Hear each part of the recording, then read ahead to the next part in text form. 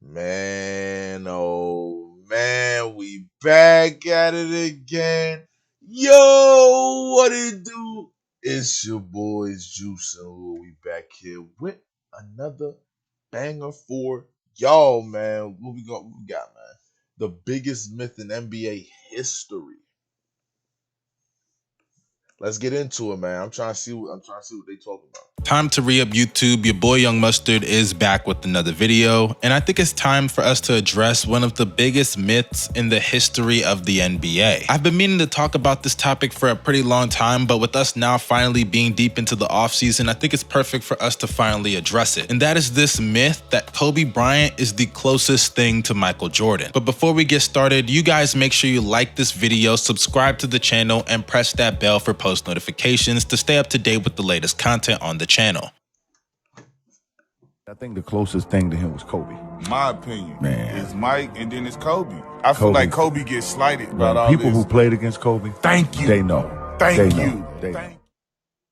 Now, I know what a lot of people are going to say. So many players have said it. Even Michael Jordan himself has said it, that Kobe Bryant modeled his game after MJ. And this video is not to say that those players and people are wrong, because they're not. Kobe Bryant, even from his mannerisms onto his play style, obviously took inspiration from Michael Jordan. But taking inspiration does not mean that you are actually the carbon copy of said player. If Kobe actually was a carbon copy of Michael Jordan, or hell, even just 10 or 5% worse than Michael Jordan in that respect, he would actually be a completely different player than a lot of you probably think. Let's start off with the fact that when Michael Jordan came into the NBA, he was a freak athlete. At 6'6", he could jump out the gym. His vertical was tremendous. And I'm not trying to glaze him too much, but the hang time he had was truly remarkable, and it was a wonder to see, I can't lie. Of course, you had other great athletes back in the day like Dominique Wilkins, but Michael Jordan was truly a special breed, because it wasn't just the fact that he could jump out the gym and he had hang time for days, but it's the fact that he could control his body in midair in ways that we had never seen before or even after to this day. To put it simply, Jordan was a freak of nature in ways that we had never seen before, and probably in ways that we will still never see again. And when you compare that athleticism with a great first step off the dribble, you have one of the greatest slashers in the history of basketball. His athleticism gave him the edge of beating guys off the dribble and relentlessly attacking the basket with rim pressure. And as I said earlier, he had the body control to finish through contact, even if it wasn't a dunk, just avoiding people at the rim with ease. Almost every aspect of Michael Jordan's game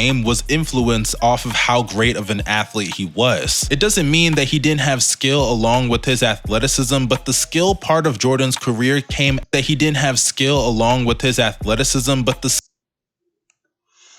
skill part of Jordan's career came after the three-peat, not before. Because a lot of people tend to forget that Michael Jordan changed his game mid-stages of his career. As I mentioned earlier, the first run of Michael Jordan's career, he was not the same athlete that he was during the second run, which is natural. He was older, and obviously he had took a break to play baseball. He didn't come into the league as an amazing mid-range shooter out the gate, but later on he developed into a much better mid-range shooter, but where he perfected it was in the run of the second three-peat. To put into perspective just how insane of a mid-range shooter Jordan was in the second three-peat, look no further than the 1997 NBA season for him. At the rim, Michael Jordan shot a measly 52%. 52% from MJ. That goes to show you that his effectiveness at the rim was nowhere near what it was in the earlier stages of his career. But when you look at what he shot in the mid-range, it truly is incredible. As in the mid-range, Michael Jordan shot 50%.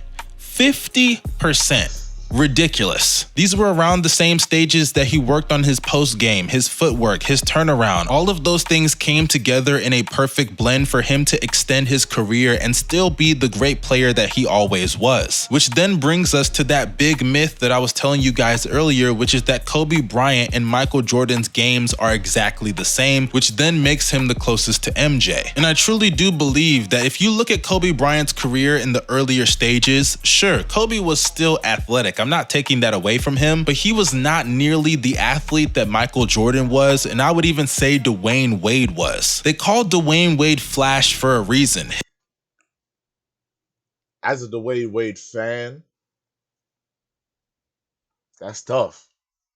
I'm interested. I want to hear. His ultra quick speed off the dribble was something remarkable. Whether he was running the break or beating somebody off the dribble in the half-court scenario, or being an off guard as well, which Jordan also excelled at, coming off of pin downs and attacking closeouts, Dwayne Wade had that in his bag and did that a whole lot better than Kobe Bryant did. And that's not to knock Kobe Bryant, they were just different players. Kobe was a great athlete, I'm not going to take that away from him, but he is not the athlete that Dwayne Wade was. And if you want to actually put that to the test, just look at the fact that Dwayne Wade had all those knee surgeries and he was still as athletic as he was in 2009. If Wade was not so injury prone, there's a chance that he would have blew Kobe out the water even further. Wade was the perfect definition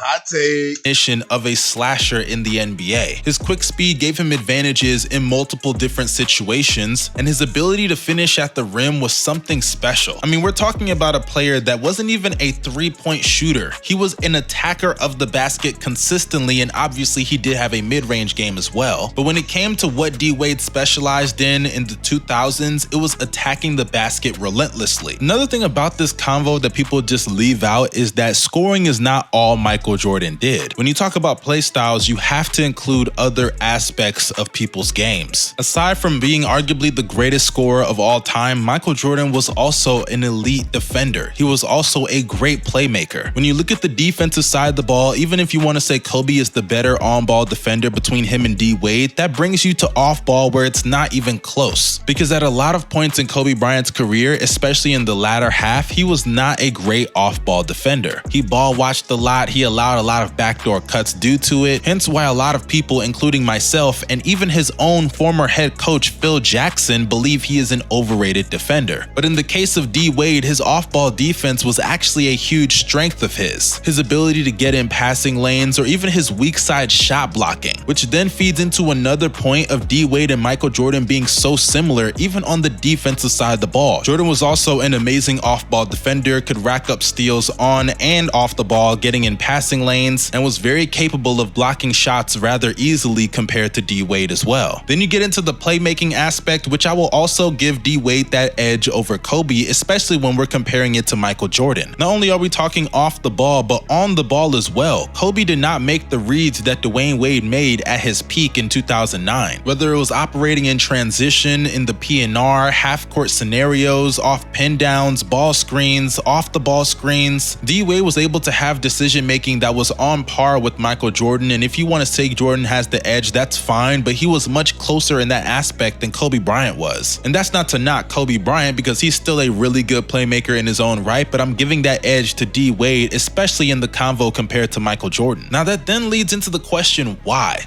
Why do people say that Kobe is the closest to Michael Jordan when Dwayne Wade was right there and even played for a good chunk of Kobe's career? Why wouldn't they look at Dwayne Wade and say the exact same thing? Well, I think it comes down to two things. For one, everybody loves aura. The aura of Kobe Bryant and Michael Jordan in those photos back then, it had so much aura and feel to it that you couldn't help but look at it and say, man, that's the student and the master right there. Another thing about this conversation that gets lost is the fact that a lot of people watched Michael Jordan in the second three-peat and they don't really remember the other years of his career. And when you throw in the fact that Kobe Bryant came into the league around that time as well, those parallels started to match up very quickly, especially when Jordan started to acknowledge it even while he was still in the league. I guarantee you that if Dwayne Wade came in the league at the exact same time that Kobe Bryant did, you would see a lot of these comparisons of D Wade to Michael Jordan a lot more. But because D Wade came in years after Kobe Bryant was already even established as an all-star caliber player,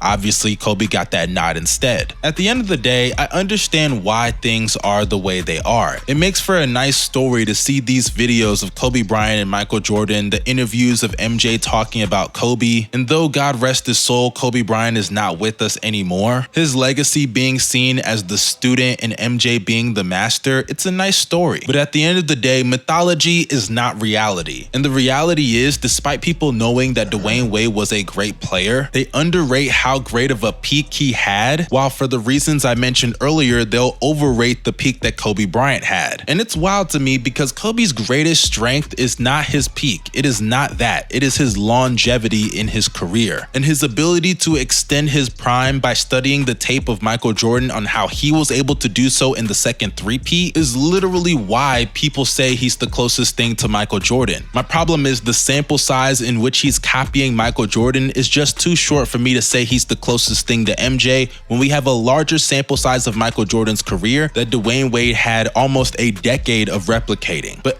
those are just my thoughts. I could be wrong according to a lot of you guys, so let me know down below in the comment section. Also, you guys go and check out my second channel, Omo Mustard. I just dropped a video detailing the Superman problem. If you're interested in that kind of content, make sure you go and do so. Link is down below in the description box. This is your boy Young Mustard signing out. Ooh. See, now check it, right? These are clearly the best three players, or top three best shooting guards of all time, obviously. Jordan, Kobe, Wade. But these points were valid. These points were valid. I don't want to sound biased because I'm a Heat fan. Dwayne Wade, my favorite player of all time. I won't sound biased, but he was spitting a little bit. He was spitting a little bit, man. I don't know, bro. What do you think about it, right? Wade could also have 5 rings. LeBron sold him, and then, okay, maybe not 5, because 2014 we lost that. We lost that. But 2011, he could at least have 4 rings. And I feel like he should have an MVP 2009.